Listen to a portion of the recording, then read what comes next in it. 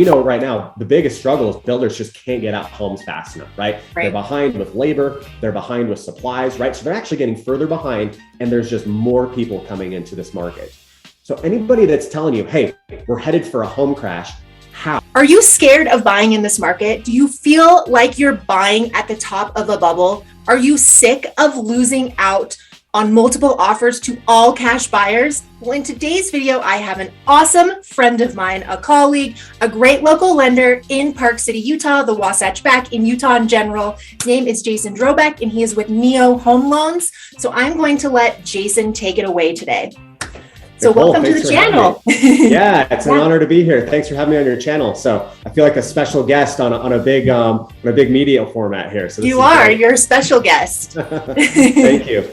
Well, I think what's happening in today's market is really stressful, right? We just continue to watch inventory decline, even at a time when home appreciation is going up, right? So those two aren't meeting in a psychological mind for most people who are trying to purchase a home.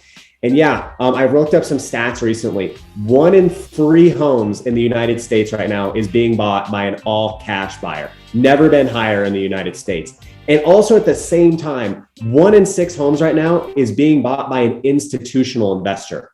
Vanguard, BlackRock, all the big bad boys. That's where they're throwing all their money right now, right? We've all seen the stock market at historical highs. They're probably reading that as saying, cool, it's about to cool off, probably going to take some sort of correction, right? Where should we put our money from there? They're seeing where the opportunity is, which is in property, right? So we want to make sure that we're taking your clients from an educated data standpoint and then moving them into strategies that are actually going to help them, win when they want to go take a look at that home.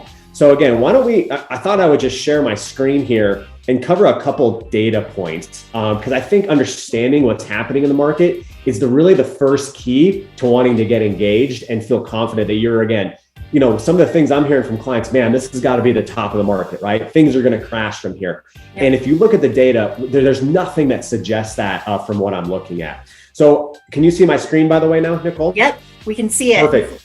So I'm going to share a couple slides here, and let me just start with this first one.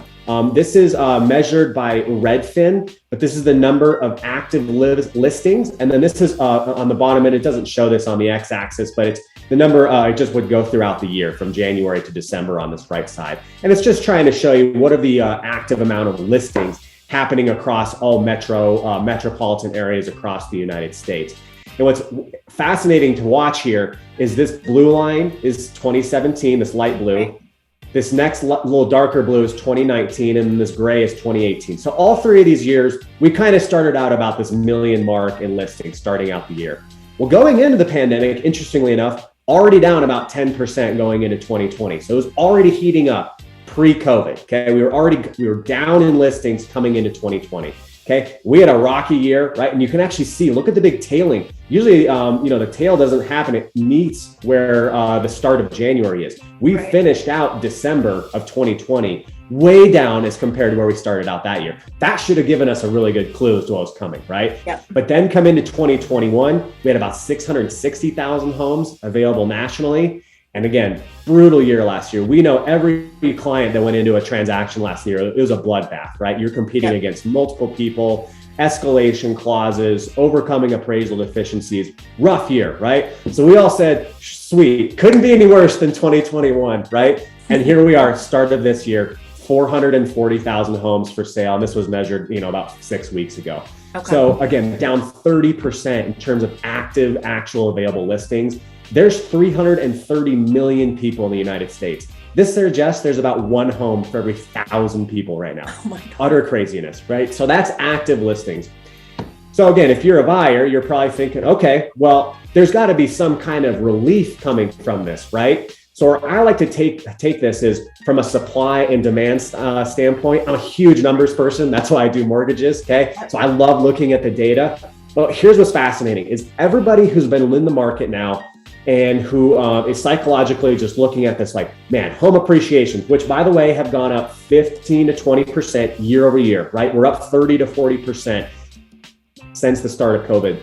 Well, anybody that's seen that appreciation and was around in the last great recession in 2005, 6, 7, and 8, psychologically, we're thinking back to that time, right? That's the last time we saw home prices make these kind of big jumps, right? So psychologically, we're preparing for that bottom and that crash to come, right? Well, let's go through two big data points that support we're in no way in the same type of environment. So number one, this chart says US housing starts, but this is essentially new construction homes coming to market in the United States, okay? On the y-axis here, we've got, this is measured in hundreds of thousands of homes. So this is 500,000, a million, million and a half, and 2 million homes. And this is measured all the way back to the late 70s, coming back to all today. I've only got data obviously up through 2021. If you kind of drew a line through the average and even going back before the 70s, home builders on average, we're building about 1.5 million homes per year. Now we've got some peaks and valleys throughout the years, which is normal. But what's really interesting, I want to point your eyes to two things. Here's the great run up here in the Great Recession, starting in 2004, 5, 6, and 7. Right? This was the pandemonium of the last 15 years ago, where everybody was buying houses. Right? Everybody could get a house that could fog a mirror. Everybody owned 3 or 4 homes. Right? And a big reason for this was home builders were going crazy building homes. At the peak up here, they built over 2.5 million homes going into the crash. So really building a lot of supply of homes coming into the market.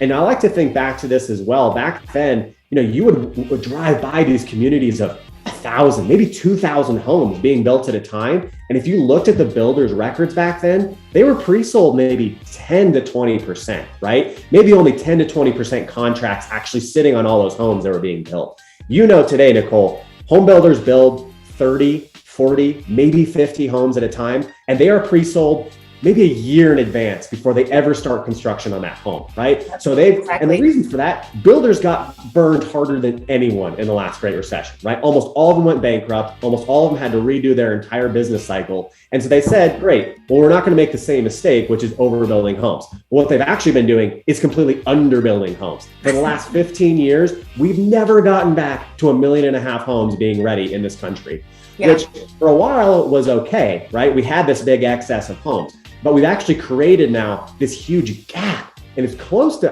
NAR, so National Association of Realtors, says we're probably about 5 million homes short in this country in terms of available supply of what we actually should be in terms of had we been building normally. So that's number one. From a supply standpoint, okay, we're in completely different territory, right? And this time we're overbuilding, underbuilding ever since then. So that's the supply side. Now we want to look at the demand standpoint, right? Because those are the meeting in the middle there. Is where is supply and demand meeting? And this is probably my favorite chart that I get to share with people. But this is the number of US bursts by year and then by generation, okay? And again, I've highlighted a 33-year-old in this chart. The reason for that, National Association of Realtors, again, NAR, states an average first-time home buyer is 33 years old.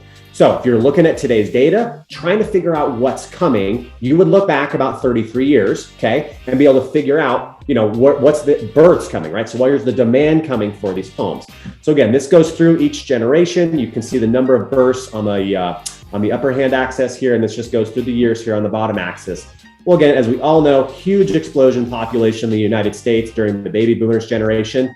Well, even going into the Gen X generation, we already started to see a decline in the births, okay? And then really interesting, I've highlighted this little arrow right here, but this is 1973. Nicole, do you know what law could have gotten passed in 1973 that would have negatively affected births? I don't know. History challenge? That's okay. 1973, Roe v. Wade gets passed, okay? Abortion is legalized in the United States. We're not here to debate the morality of that, but what it did do was create this huge trough of births, okay? Really big decrease in births by almost about 1 million for 1, 2, 3, 4, 5, 6, 7 years straight. Well, here's what's fascinating. We just looked at the previous slides. They're building, right? Mm-hmm. And there's less and less people coming into the market. Home builders should have looked at the demographics. They were building too many homes for the people that were coming, okay? Now, flip back. Here's an average 33-year-old today. I'm 34, by the way, so I'm just 1 year ahead in this graph. Increasing bursts for the next 4 or 5 years straight, and then extremely level even going into the Gen Z generation, okay? So we're underbuilding and continue to be, right? We know right now the biggest struggle is builders just can't get out homes fast enough, right? They're behind with labor, they're behind with supplies, right? So they're actually getting further behind, and there's just more people coming into this market. So anybody that's telling you, hey, we're headed for a home crash, how, right? Like, how is that possibly going to happen? From a supply and demand standpoint, we're still millions and millions and millions of homes short from where we would even be to even catch up today. And that's assuming home builders even started building 1.5 million homes today, right? Which they're not going to be able to.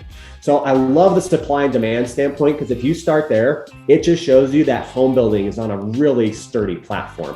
The third piece of that leg that I always like to introduce too, this is from the Mortgage Bankers Association, but it's the Mortgage Credit Availability Index, okay? So let's try to measure how hard or how easy it is to get a loan, okay? And again, and this index right here on the left hand, 400 is kind of lukewarm. So pretty hard or pretty easy, not too hard to get a loan, okay? Well, we all know going into the housing bubble, you either had to be able to fog a mirror or be able to write your name on a loan application to get a loan, but not both, right? Like, it was so crazy easy to get a loan back then. You know, stated income, 0% down.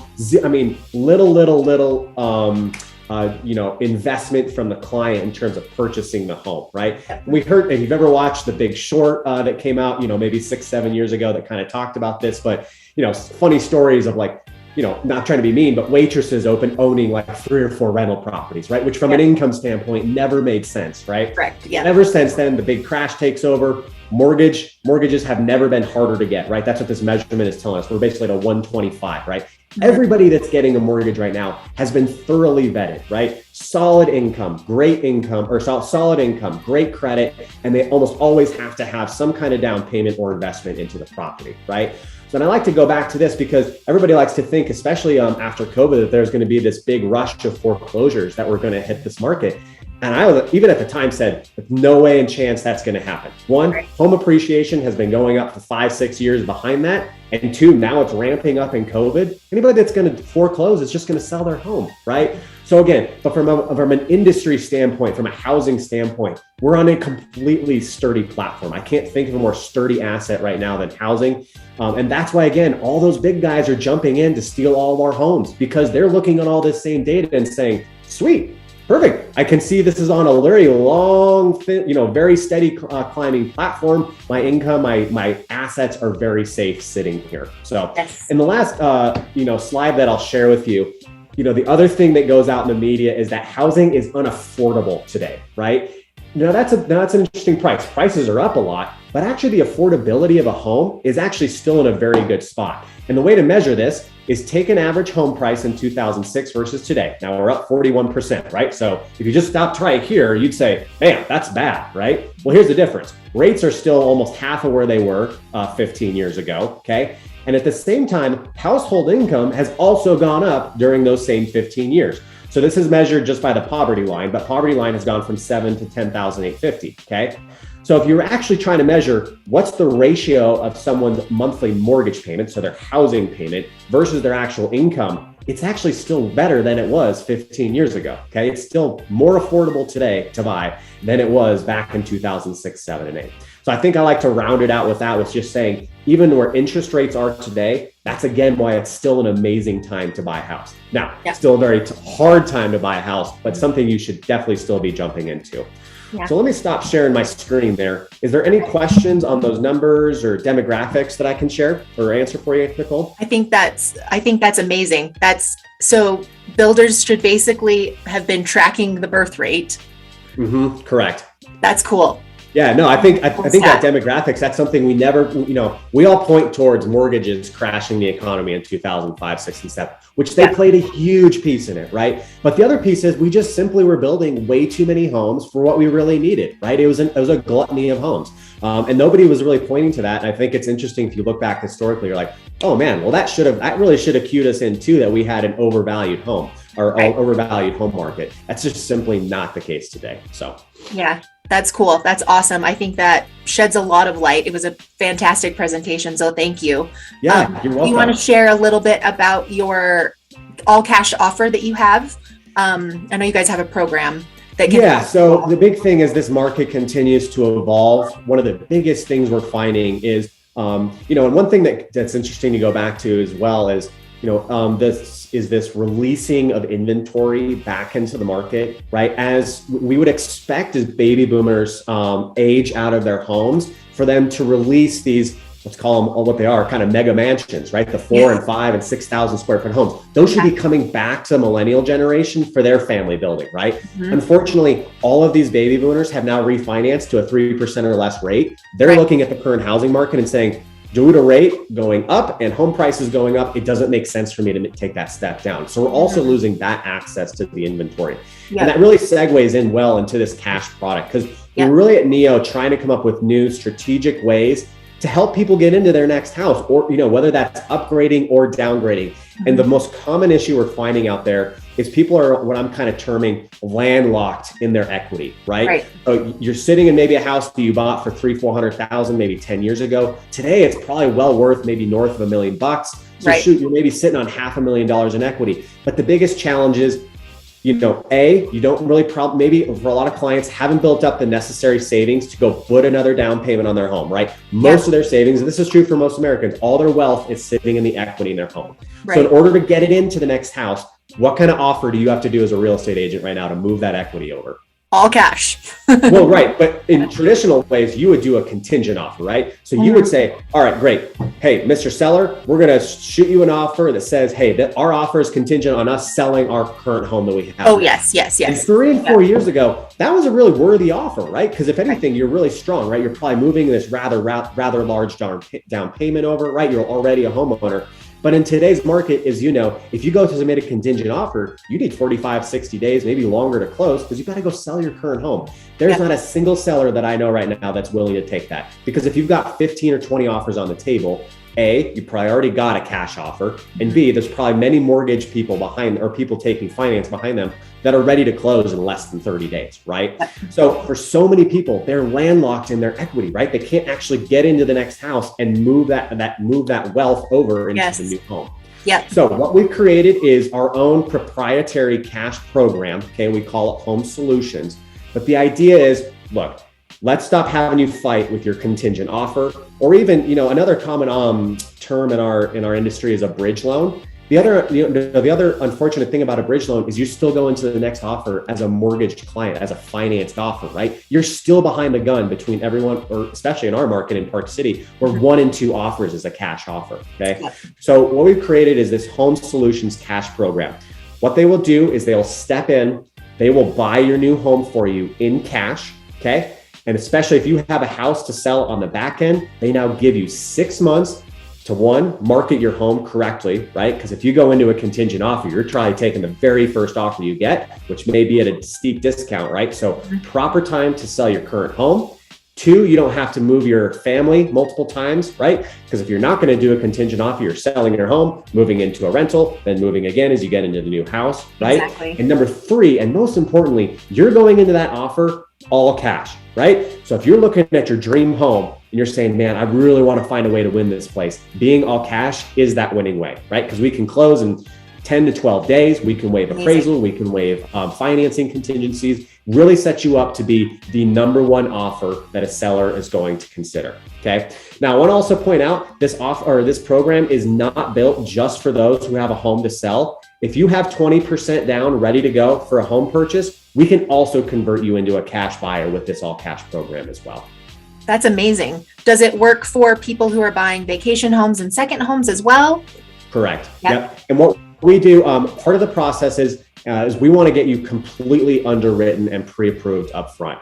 You know, one of the biggest deficiencies we find in the mortgage industry is lenders are happy to send you out looking for a home with, frankly, what I'll call a poorly vetted pre-approval. Okay. Yes, they'll collect a W-2 and a pay stub and a bank statement, but your file has never actually been in physical format in front of an underwriter. Okay. And robots are taking over our world, and they will, but at least at this point, you still have to get in front of a physical person to underwrite your mortgage. Okay. And smart contracts. Those are going to take us over soon. Right.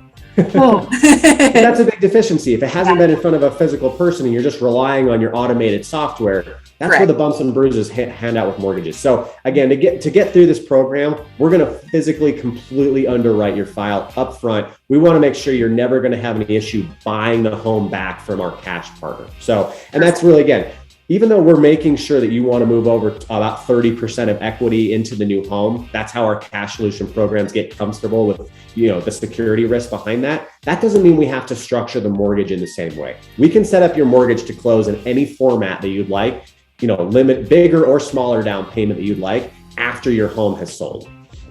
That's amazing. Does it work for someone like doing a 1031 exchange? So let's say that they have so much equity in their Park City home, but it's an investment property. But in order, they still, like when you sell high, you're buying high. So if they are trying to upgrade, they might still need to get a loan. And would they be able to do that, the all cash offer with that as a 1031 exchange? It's a great question. My assumption would be yes. Okay. I would just maybe want to double check with the 1031 exchange intermediary, which is typically a title company or small company, and just make sure that us stepping in as the cash program first, then to have them buy it back the mortgage doesn't introduce a layer that's going to void their 1031 exchange. But all other things, everything met in that will be just fine to still accommodate that for sure. That's amazing. I have, I run into, we have to sell our house first all the time, and we want to make this offer, and I try to tell them, well, look, like you really should get past your due diligence before you do this. And until you've actually been through the process and you realize how fine the line is, that the fact that your house still hasn't closed and you have one day before your due diligence is up on this house, I don't think people really grasp how bad it can go if something goes wrong with your house. Like it is just a domino effect. So I think, this is a really great option if you want to win the house in this market. Like it's fantastic. The amount of stress you carry just going through a regular mortgage, just through a regular home purchase and a mortgage transaction behind that is pretty intense. Try to introduce that while also having a whole nother transaction going while selling your home. It's a lot going on. So the purpose of this program is to make the stress go down, right? So that you can take all the time in the world to sell your home on the back end. And again, by the way, with where the market, there is a small fee for processing this cash program, which is about 2.5%. And I get a lot of pushback like, wow, that's a big fee. And two things. One, we know that a cash offer usually gets about 3% less on an offer, okay, when you're all cash offer. So that'll save you right there. And two, if you're marketing your home on the back end with ample marketing time and getting to select all the offers you want, I can almost guarantee you're going to make up that 2.5%, even just being in market another month or two, right, with where things are going. So I think there's an easy way to show that program as being very beneficial, even from the fee that it carries for sure. Yep. And so you do need 20% down though for this program. Correct. 20% is the minimum. That's correct. The minimum. Okay. That's great to know. And then, so once they start this process, are they kind of locked into an interest rate, even though they're cash? So after they close, how does it work to refinance and?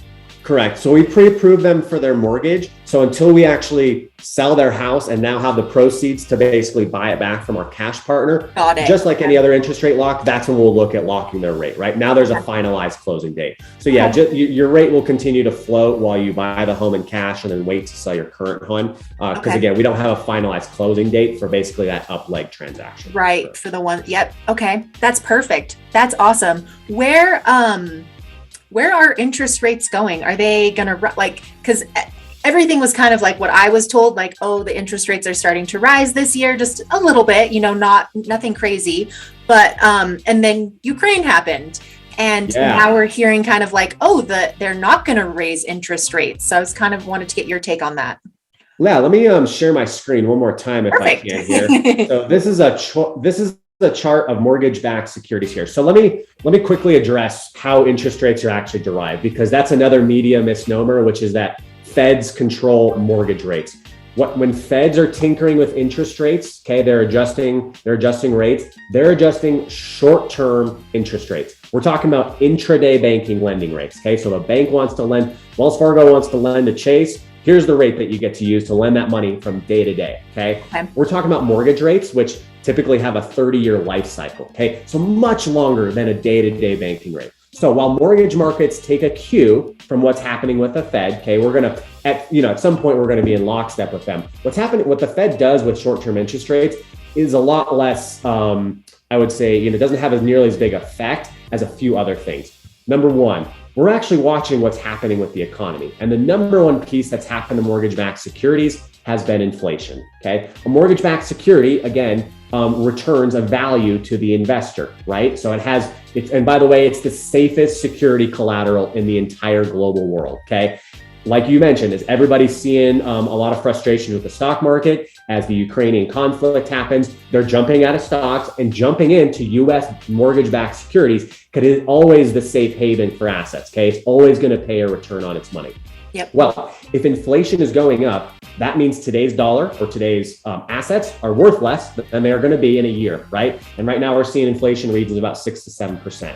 So again, the investors are saying, great, well, my mortgage-backed security, which today is paying me 1.1%, is now only going to pay me 1.0% in a year, right? So again, they're taking those cues from inflation. The second and probably most biggest reaction to mortgage rates increasing, the Fed did come out and say they were going to end quantitative easing, okay? So this is something we came up with in the Great Recession as well, but then we implemented as soon as COVID happened. Essentially, our government, the Fed, is buying back our own mortgage-backed securities, okay? At a clip, by the way, of close to $40 billion a month since the start of COVID, okay? March 2020, 40 billion. April, 40 billion. We're just buying our own mortgage-backed securities and putting them on our own balance sheet, okay? Obviously, that increases demand, which then increases price, and that's what drives down interest rates. Okay, so frankly, they artificially lowered our interest rates when they did that in COVID. Okay, so what you can see here on this chart, and actually, let me just stretch this back all the way to the start of COVID since we've got that timeline on here. A little farther. So here's where our rates were, which by the way is about where we are today, right before COVID. Okay, this is where mortgage-backed securities were trading, and then COVID happened. Fed steps in and says, sweet, we're going back to quantitative easing. We're going to start buying all our mortgage-backed securities back from ourselves. Boom, boom, boom, increase. We went from, basically about 100 basis points on a mortgage-backed security all the way to about 105. And we rode that line all the way through 2020, all the way through 2021 until about December. And that's when the Fed came out and said, no more, we're letting go of our balance sheet and we're stopping quantitative easing. That's also when you heard about short-term interest rates going up, okay? So let me condense this back down to basically December to today. And again, that's where we were at this line, riding really nicely. And now everybody's making their adjustments, right? Mortgage-backed securities are being sold off because if the federal government, the US government's not gonna hold them all, then why are the investors as well? So that's where we've been seeing this big decrease in mortgage-backed securities. And then here's Ukraine just last week, okay? And again, as everybody jumped out of the stock market, they jumped into the mortgage-backed securities, okay? Safe haven, right? And we're gonna continue to see we're seeing really big swings right now day to day, okay? I'm talking, most days I'm seeing like 10 to 15 basis points of sales up or down. I've been seeing like 50 to 60 basis points a day. Big jump, big jump, big correction, right? So in general, here's where I think this is gonna go. If Ukraine turns into a global conflict, we will absolutely see interest rates benefit from that because the stock market will get greatly reduced from that effect. Okay. If it continues to stay a very regional conflict, I think interest rates are going to stay in the same ranges, which is, again, we've gone from about 3% on a 30-year fix for the entire last 2 years, closer to about 4% today. Okay. We've come up a full percent in the last 3 to 4 months. And I expect things to stay in that same range over the course of this summer and through the fall. Yep. And by the way, for a future projection, in terms of interest rates are going, I don't think clients, by the way, should be paying points to buy down interest rates at all right now. There will be another huge opportunity to refinance mortgages sooner if we have a global conflict, by the way. But I think in the next 1.5 to 2 years, again, we just spent $14 trillion as an economy just in the last 2 years going through COVID. Yeah, we went from 7 trillion to 21 trillion in the last 2 years in national debt. Okay. There's going to be hell to pay for that. When there's a huge stock market correction, let me pull up one more graphic for you because I love this graphic too. Every time the United States has gone through a recession, it's been followed by lower interest rates. So again, I think that's going to happen over the next 1.5 to 2 years. Again, this is another chart. This comes out from Freddie Mac. This measures just where interest rates have been. Oh, again, this is interest rate percentage. Right. This is course of time on the bottom here. The shaded parts are recessions. Okay. And again, what you'll see here, increase in interest rates through a recession. After it's done, interest rates come down. Here's a recession, interest rates come down. Here's a recession, interest rates come down. Every single time over the last 50 years. Here's one coming up here. We're going to see another chance for lower interest rates. I think we'll get back to those 3%, Frankly, maybe even lower than that after it's all said and done. So again, just from a strategy standpoint, if I were a client right now, don't pay to buy down your interest rate. Take the par rate from the lender, or if anything, get a credit back on your closing costs and take a little bit higher rate, right? So you're not paying for that rate, and we'll be able to refinance you in about 1.5 to 2 years would be my guess.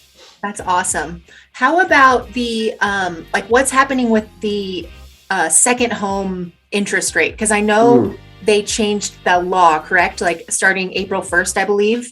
Yeah, so not necessarily a law, but not so again, let's go back and let's drive back to this. So our government-sponsored entities, these are Fannie Mae and Freddie Mac. So Fannie Mae and Freddie Mac, by the way, were privately owned until the mortgage collapsed in 2005, 6, and 7. Okay. And the government stepped in and said, you did a terrible shit job of managing these mortgages. So now guess what? We're taking over and making sure you don't do this again. Okay. So they're private companies, but they're really government owned. That's why we call them government sponsored entities.